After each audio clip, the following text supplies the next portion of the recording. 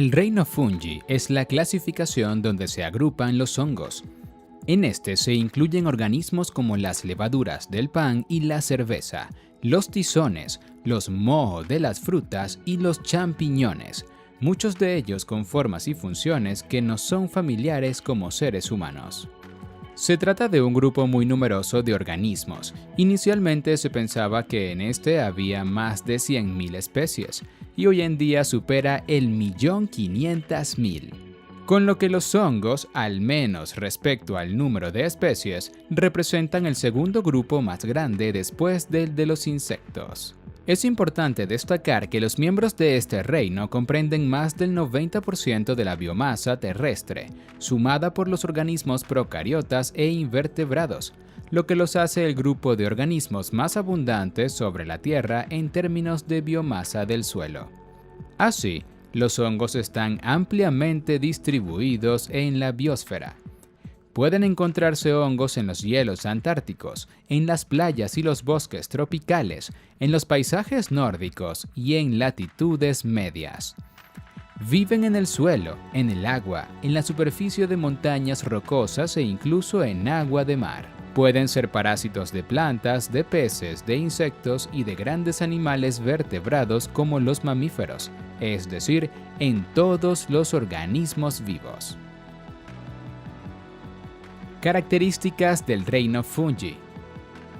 Los hongos conforman un complejo grupo de organismos que, a pesar de las muchas diferencias que puedan tener entre sí, comparten algunas características destacables. Son organismos eucariotas. A diferencia de las bacterias y las arqueas, pero tal y como los animales y las plantas, los hongos son eucariotas, es decir, tienen un núcleo y sistemas membranosos que definen otros orgánulos en el interior de sus células. Aunque se clasifican en grupos diferentes, muchos autores están de acuerdo con que las células de los hongos son más parecidas a las de los animales que a las de las plantas, especialmente respecto a las características de sus orgánulos internos. Tienen pared celular.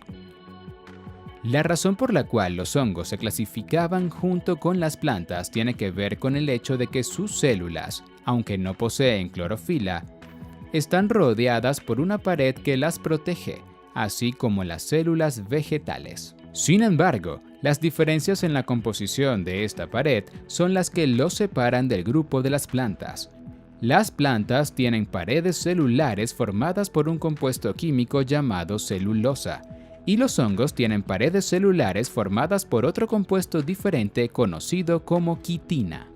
Hay que recordar que este compuesto, la quitina, es el mismo material del cual están hechos los exoesqueletos de muchos insectos y mariscos, artrópodos, animales invertebrados. Son organismos sésiles y multicelulares. Con algunas excepciones, la mayor parte de los hongos son organismos multicelulares, es decir, están formados por varias células que de alguna forma están conectadas entre sí. Además, son organismos sésiles, es decir, que tal y como las plantas, estos no pueden moverse y están siempre en el mismo lugar donde echan raíces. Son heterótrofos. Las plantas son organismos autótrofos, producen su propio alimento. Y los animales son organismos heterótrofos, se alimentan de otros organismos. Los hongos también son heterótrofos, y muchos de ellos obtienen la energía que necesitan para vivir de materia orgánica en descomposición o de desechos de otros organismos y no de otros organismos vivos. Tienen hifas y micelios. Todos los organismos clasificados dentro del grupo de los hongos, es decir, en el reino fungi, tienen una forma muy curiosa de crecimiento vegetativo.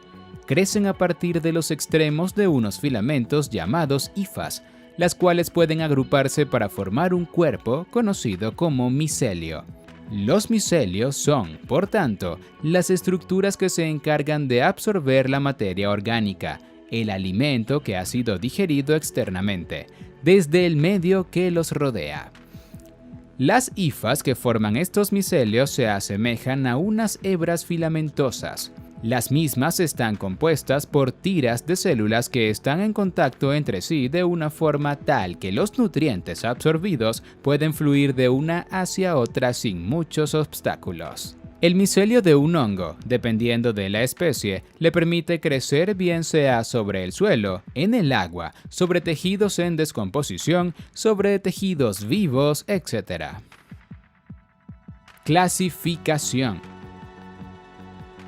Los hongos son un grupo monofilético, es decir, que sus miembros tienen un mismo ancestro común. Este grupo está compuesto por 7 filos: Chytridiomycota, Blastocladion mycota, Neocalymastigon mycota, Microsporidia, Glomeromycota, Ascomycota y Basidiomycota. Filo Chytridiomycota.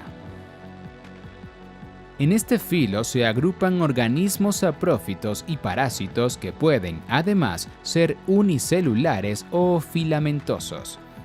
Pueden formar micelios y se reproducen asexualmente formando esporas asexuales. Tienen 2 clases: Chytridiomycetes y Monoblepharidiomicetes. Filo Blastocladiomycota. Está compuesto por hongos que son parásitos de plantas y de animales, y por algunos hongos saprófitos. Incluye organismos acuáticos y terrestres, cuyos ciclos de vida presentan alternancia de generaciones entre la fase haploide y la diploide. Solo contiene una clase, Blastocladiomycetes. Filo Neocalymastigomycota. A este grupo pertenecen organismos que se encuentran en el tracto digestivo de muchos animales herbívoros, por lo que muchos de ellos son anaerobios, viven en ausencia de oxígeno O2. Muchos producen esporas asexuales con 1 o 2 flagelos. Sus células, en vez de tener mitocondrias, tienen hidrogenosomas, unos orgánulos que se encargan de la formación de energía en forma de ATP. También conforman una sola clase, Neocalymastigomycetes. Filo Microsporidia.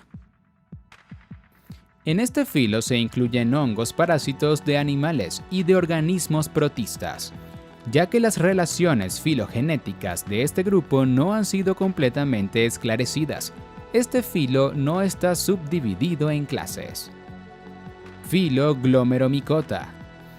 Estos hongos son hongos simbiontes, mutualistas obligados.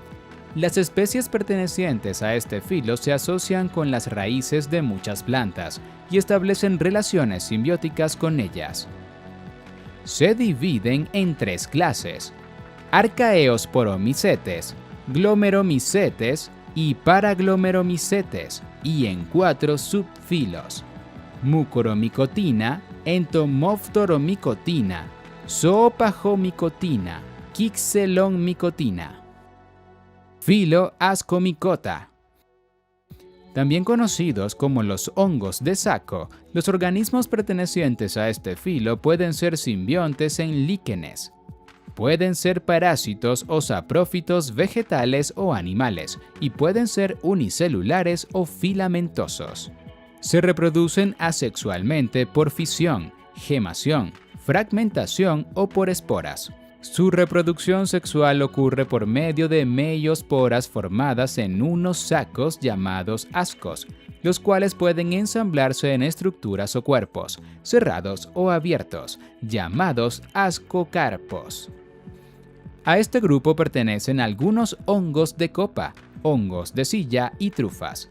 Está dividido en los subfilos: Tafrinomycotina, Saccharomycotina, donde están las levaduras, Pexisomycotina, muchos hongos formadores de líquenes.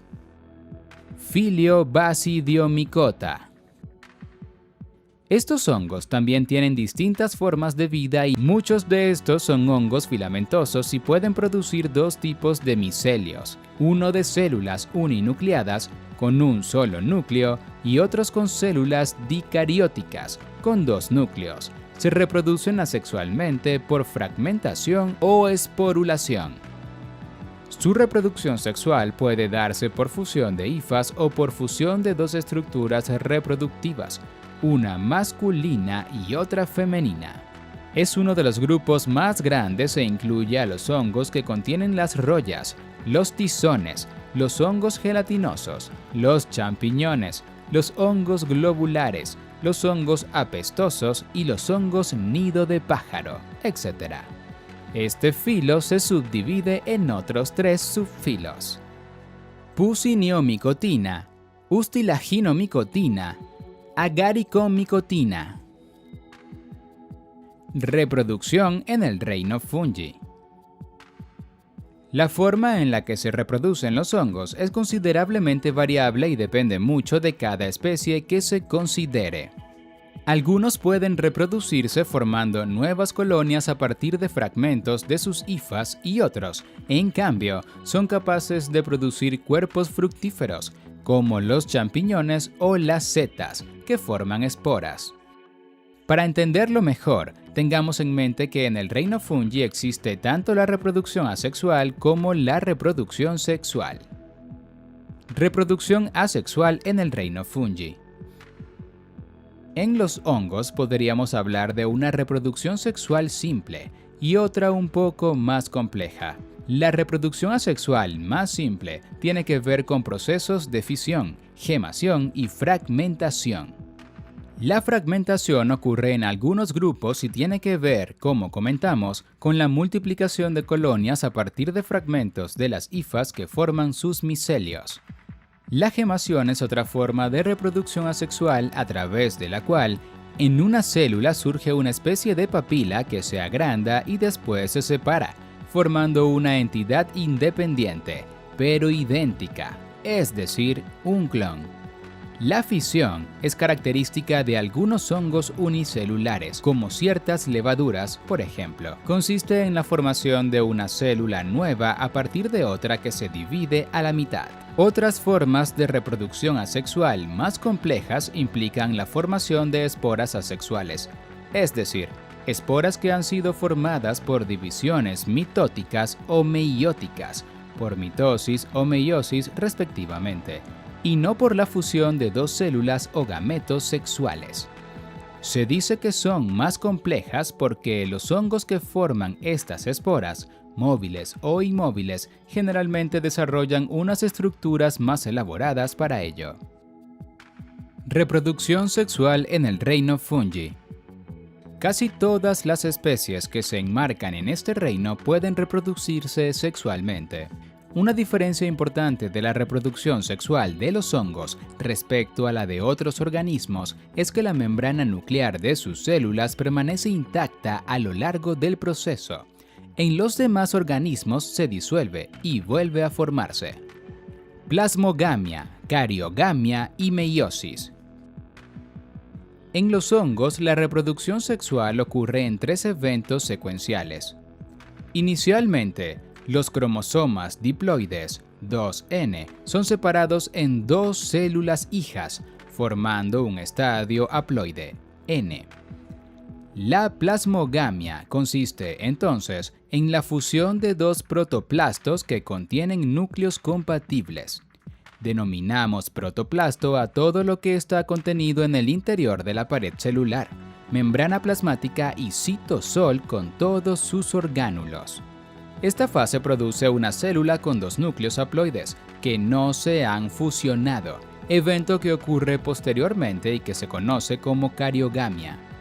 La cariogamia da lugar a un núcleo diploide, genéticamente diferente a los 2 anteriores, dentro de una célula que ahora se denomina cigoto. Hay muchos hongos que son siempre haploides, y por ello, el cigoto es la única célula diploide de todo su ciclo de vida. Otros hongos, además, pueden permanecer mucho tiempo con células dicarióticas, con 2 núcleos. Después de la cariogamia sigue la meiosis, que es el proceso de división celular por el cual se reduce la carga genética o el número de cromosomas por célula, por lo que se restablece la fase haploide. Los núcleos haploides usualmente están en células que se convierten en esporas, meiosporas. ¿Cómo se encuentran los núcleos haploides compatibles? La plasmogamia puede ser conseguida mediante la producción de células sexuales especializadas o gametos, que pueden ser producidas por órganos sexuales denominados gametangios. Algunos hongos ponen en contacto sus gametangios, permitiendo que los núcleos de uno, el masculino, pasen al otro, el femenino, pero no producen células sexuales. Otros hongos fusionan sus gametangios para poder llevar a cabo la plasmogamia.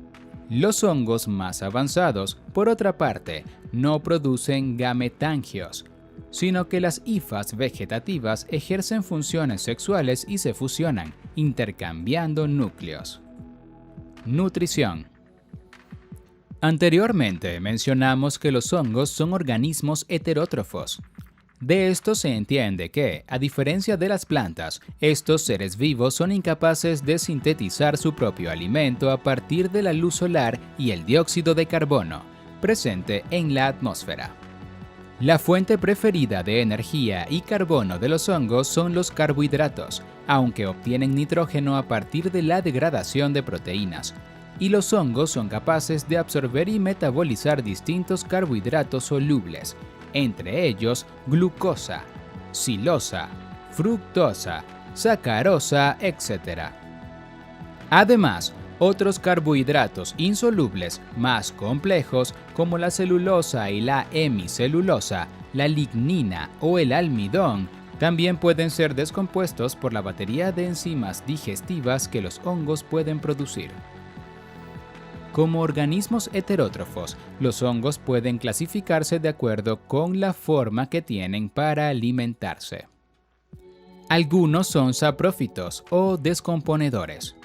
La saprotrofia consiste en la digestión externa de materia orgánica en descomposición, a través de la secreción de enzimas digestivas, y luego absorberla a través del cuerpo formado por las hifas. Otros hongos son parásitos, por lo que obtienen su alimento a partir de los tejidos del organismo del que son huéspedes, lo que muchas veces puede ser perjudicial para la salud de este. Otros hongos son simbiontes y coexisten en un mismo organismo con un alga, formando lo que se conoce como un líquen. El alga es fotosintética, autótrofa, y el hongo es heterótrofo, por lo que el par tiene un modo de alimentación que podríamos considerar mixto. Algunos forman unas estructuras llamadas micorrizas, que también son parte de una relación simbiótica entre las raíces de una planta y un hongo. Estos intercambian nutrientes con su compañero fotosintético y le aportan ciertos beneficios.